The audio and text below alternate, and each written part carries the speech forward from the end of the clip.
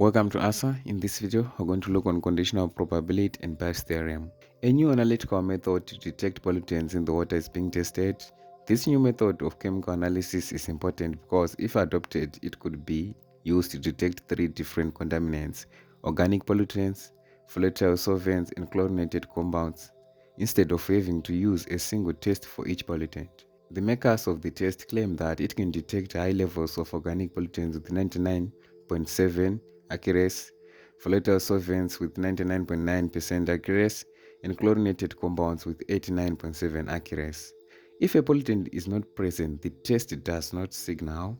Samples are prepared for the calibration of the test, and 60% of them are contaminated with organic pollutants, 27% with volatile solvents, and 13% with the traces of chlorinated compounds. A test sample is selected randomly.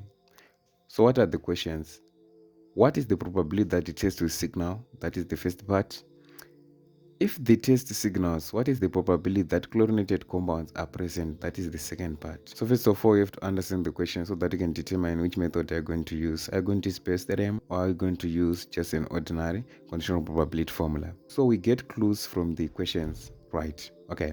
So as you can see, the last part of the question says that samples are prepared for calibration of the test. 60% of them are contaminated with organic pollutants, 27% with volatile solvents, and 13% with the traces of chlorinated compounds.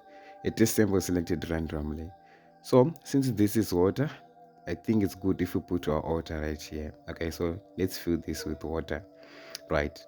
So, in order to simplify our problem, what we can do, instead of writing organic pollutants, I think we can just say let O represent organic pollutants, and we can say let V represents volatile pollutants, and we can say let C represent chlorinated pollutants. So we're told that when this sample was prepared, there's 60% of organic pollutants, 27% of volatile solvents, and 13% of chlorinated compounds, right?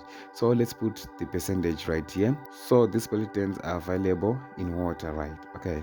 So that means the probability of finding organic pollutants in this water or in our sample is going to be 60%, right? Which is going to be 0.60 when you change it to percentage. And the probability of finding volatile pollutants is going to be 0.27%. And the probability of finding chlorinated compounds or detecting chlorinated compounds is going to be 0.13. So what about the percentages which are available on the top of our statement? So what are that if there are no pollutants, the test will not signal? So that means that is a condition, right? That means we have to use conditional probability. In order for the test to signal, there have to be something in water. Now let's say the probability that the test will signal, we can represent it with PS, the probability that the test will signal. So now is the time that we're going to write the conditional probability, right? So we're going to start with the organic pollutants first. So I'm going to write this as the probability that the test will signal, provided that the organic pollutants is going to be 99.7%, right? Because they have to be organic pollutants first, then the test will signal. This just means the probability of S provided that O is occurred. And you said that O is organic pollutants and S is the probability that the test will signal. So I'm going to explain this later in this same video, right? Okay. Now let's go to the other part, right? The makers of the test claim that it can detect high levels of organic pollutants with 99.7% accuracy. We've written this. Volatile solvents with 99.9% accuracy. So first of all, there has to be volatile solvents, and then the test will detect. So I'm going to write this as the probability that the test will signal, provided that they are volatile pollutants, right? So it's going to be 99.9%. And lastly, the makers claim that it can detect chlorinated compounds with 89.7% accuracy. So there has to be chlorinated compounds in the water, then the test will signal, right? So it's going to be 89.7%. So now we have to answer the question. So this was just the general information that we're given, right? But I think we're just after the problem. So now what is going to happen? We have two things that are happening here. Okay, let me just explain it on a fresh page, right? So first of all, we're going to have our sample, right? So our sample must have the pollutants first. That is the first thing that should happen. So these are pollutants, right? Okay, and not or, but and the test should be able to detect pollutants in this water, right? That's the second thing that is going to happen, right? So our test should either detect chlorinated compounds, organic compounds, or volatile compounds. First of all, there is to be pollutants in water, and the test should signal. In probability, when you hear the word and, that means we're going to multiply, right? So for instance, let's just say we have a sample. So first of all, there should be pollutants in this sample. In this case, let's just say the organic pollutants. And the test should be able to detect those organic pollutants. So that means we now have a multiplication. So the probability that the test will signal is going to be the probability that there are pollutants in the sample and the probability that the test will signal. This is for organic pollutants only, but this can happen to volatile pollutants and also chlorinated pollutants. So let's say I've put volatile pollutants in water and the test should detect volatile pollutants. So it's another possibility. Or we've put chlorinated pollutants in water and the test should detect chlorinated compounds, right? It's another possibility. So can write or, right? So it can be either organic pollutants, volatile pollutants, or chlorinated pollutants, right? Those are three things that can happen. So when you have or in probability, we add, and when you have and, we multiply. So as you can see, we're just going to replace and with the times, then or with plus, right? And the good thing is that we have everything that we need from the data. Okay, so now let's plug in, and all we have to do is to simplify.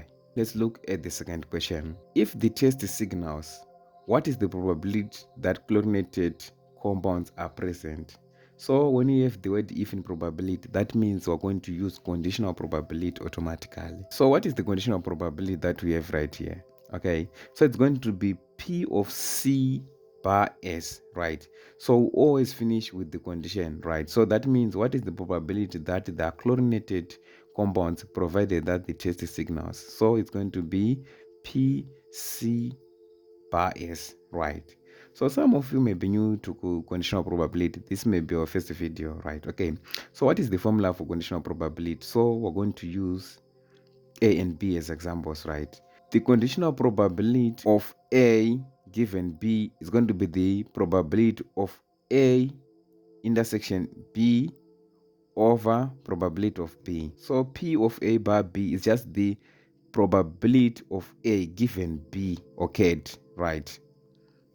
So that means first of all B should occur, then A should follow.